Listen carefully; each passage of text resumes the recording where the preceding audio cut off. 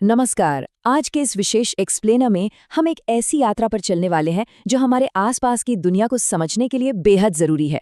हम बात कर रहे हैं भारत में पर्यावरण संरक्षण के प्रमुख कानूनों और योजनाओं की पूरी समय रेखा 1927 से 2010 के बारे में, जैसे वन्यजीव संरक्षण, प्रोजेक्ट टाइगर और एनजीटी के बारे में। पूरे 83 साल का एक लंबा ऐतिहासिक सफर। चलिए बिना वक्त गवाए सीधे मुद्दे पर आते हैं और देखते हैं कि भारत में प्रकृति को बचाने की ये कोशिशें आखिर शुरू कैसे हुईं। चलिए इस जटिल इतिहास को थोड़ा आसान बनाते हैं। इसे अच्छे से समझने के लिए हमने इसे 5 प्रमुख हिस्सों में बांटा है। शुरुआती कदम, फिर वन्यजीव और जंगल, उसके बाद प्रदूषण नियंत्रण, फिर कुछ विशिष्ट परियोजनाएं और आखिर में आधुनिक प्राधिकरण। तो शुरुआत करते हैं पहले दौर से, 1927 से 1937 तक का समय। ये कॉलोनियल एरा था जहां पर्यावरण को लेकर सोच आज के आधुनिक संरक्षण से बिल्कुल अलग हुआ करती थी। अब देखिए 1927 का भारतीय वन अधिनियम और 1937 का एगमार्क एक्ट। ये दोनों ही कानून इस बात का बेहतरीन उदाहरण है कि उस वक्त फोकस कहाँ था। 1927 के कानून का मकसद जंगल को बचाना नहीं बल्कि लकड़ी और संसाधनों पर कंट्रोल करना था। वहीं 1937 का एक्ट खेती के उत्पादों की गुणवत्ता के लिए था। तो बेसिकली पूरा ध्यान व्यापार और संसाधनों के नियमन पर था, न कि पर्यावरण को बचाने पर। खैर, इरादा चाहे जो भी रहा हो, इन शुरुआती नियम कानूनों ने एक बेसिक ढांचा तो तैयार कर ही दिया था। लेकिन इसके बाद मुख्य कानून बनने में कई दशकों का एक लंबा सन्नाटा छा गया, एक बहुत बड़ा गैप। लेकिन यह सन्नाटा किसी बड़े तूफान से पहले की शांति जैसा था। एक ऐसी पर्यावरण जागरूकता आने वाली थी जो आगे चलकर पूरी पॉलिसी मेकिंग को पलटने वाली थी।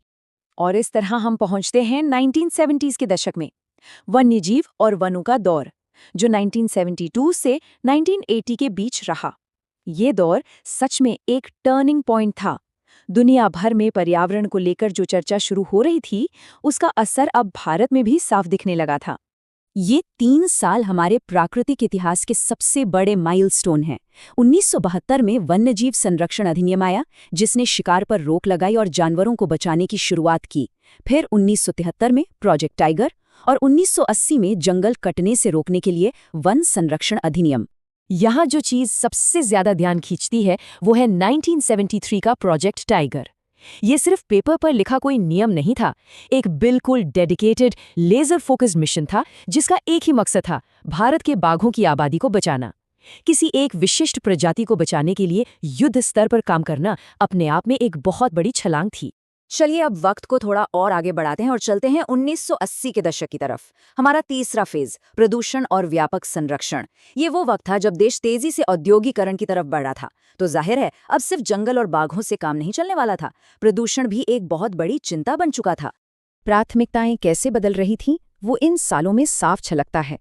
1982 में हवा को साफ रखने के लिए एयर एक्ट लाया गया, क्योंकि फैक्ट्रियों का धुआं एक बड़ा मुद्दा बन गया था। फिर 1985 में नदियों की फिक्र हुई और केंद्रीय गंगा प्राधिकरण बना। और फिर 1986 में आया वो कानून जिसने पूरी तस्वीर बदल दी, पर्यावरण संरक्षण अधिनियम।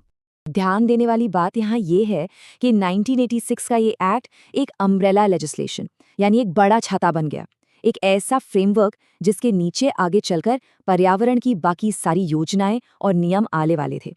सरकार को पर्यावरण की रक्षा के लिए ऐसी ताकत और इतना व्यापक कानूनी ढांचा पहले कभी नहीं मिला था।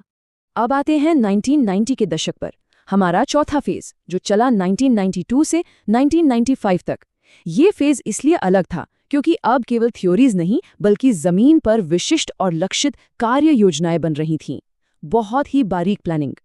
जैसे 1992 में विशिष्ट वन्यजीव संरक्षण के लिए हाथी संरक्षण परियोजना शुरू हुई और उसी साल इको मार्क योजना भी आई।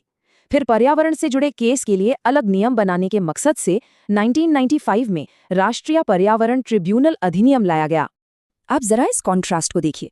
1992 में एक तरफ जानवरों को बचाने के लिए एलिफेंट प्रोजेक्ट चल रहा है और ठीक उसी समय आम उपभोक्ताओं की जागरूकता के लिए इको मार्क योजना।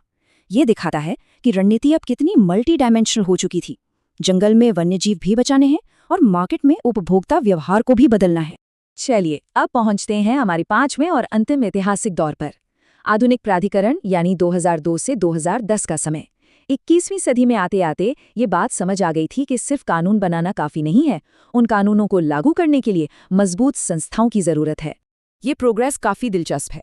2002 में जैव विविधता अधिनियम आया ताकि संसाधनों का सही और लंबा इस्तेमाल हो सके।